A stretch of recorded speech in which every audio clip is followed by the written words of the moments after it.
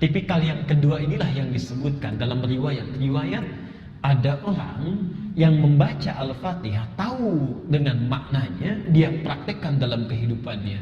Maka lihatlah kisahnya. Pasti pernah dengar kisah ini ya, karena dalam setiap tafsir Al-Fatihah sering disampaikan.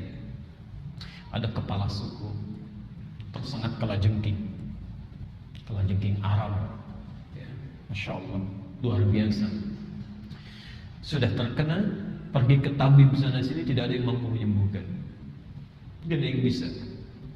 Sampai ditemukanlah sekelompok sahabat dikejar-kejar di persimpangan jalan. Ya, saya percepat kisahnya. Kemudian ditanyakan pada mereka, adakah di antara kalian yang mampu meruqyah, saya menyembuhkan? Ya. Satu orang mengangkat tangannya mengatakan, Bismillah, dengan izin Allah. Perhatikan adabnya. Para sahabat itu Masya Allah, mereka merasa tidak punya kemampuan. Segala apapun yang harus dikerjakan, maka kalimat Allah dulu yang didahulukan. Selalu begitu Pak, Bu. Dan manhaj ini terus melekat pada salafus saleh setelahnya. Ya. Ada seorang tabi'in itu berperjalanan dari Irak ke Syam. Di tengah jalan sudah datang gelap, ya, sudah malam.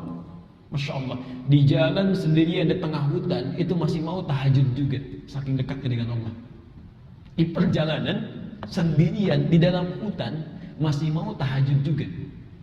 Begitu mengangkat tangannya, Allahu Akbar, lompatlah seekor harimau di depannya. Ya, sudah mengaum. Anda bayangkan harimau lapar, sedang tahajud, harimau lompat. Ya. Antum salat asar di sini, Allahu Akbar, di belakang harimau lepas. Apa yang terjadi? Masya Allah.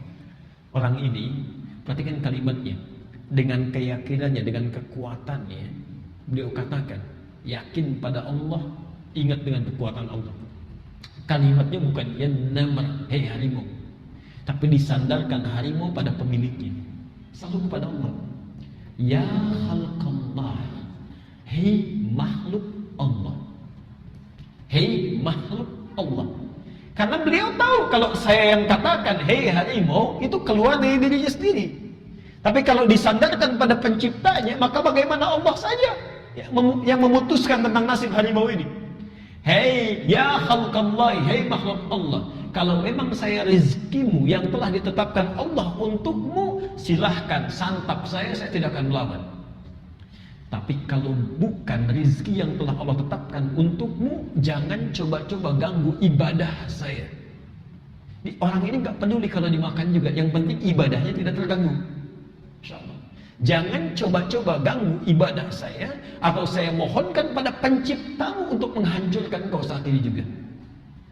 Masya Allah, kalimat yang penuh keyakinan ini, itu menggerakkan harimau cuma mengaum langsung pergi seketika. Itu al-mu'minun dengan kekuatannya. Coba cek kira-kira iman kita sampai di mana tuh ya. Jadi kalau malam bangun tahajud, terus ada nyamuk nempel satu aja. Hei nyamuk, jika memang ini rezeki yang telah Allah berikan untukmu, ayo terus ambil aja gitu. Tapi kalau bukan, jangan coba-coba ganggu tahajud saya, atau saya mohonkan pada Allah untuk menghancurkan kau saat ini juga. Kira-kira gimana itu? Jangan-jangan manggil nyamuk yang lain dari sini. Baik. Bismillah kata orang ini, dengan izin Allah. Dia tidak mengatakan saya bisa. Dia katakan bismillah dengan izin Allah. Maka berangkat orang ini, tidak menggunakan air, tidak menggunakan macam-macam, cuma dipegang, dibacakan Al-Fatihah. Dibacakan Al-Fatihah. Allah, dengan izin Allah sembuh. Sembuh seketika. Sembuh seketika. Anda bayangkan, ada seorang sahabat membacakan Al-Fatihah, sekali baca sembuh luka seseorang yang dokter sudah henap semua. Ada orang baca berkali-kali Al-Fatihah, penyakit malah bertambah. Apa yang salah?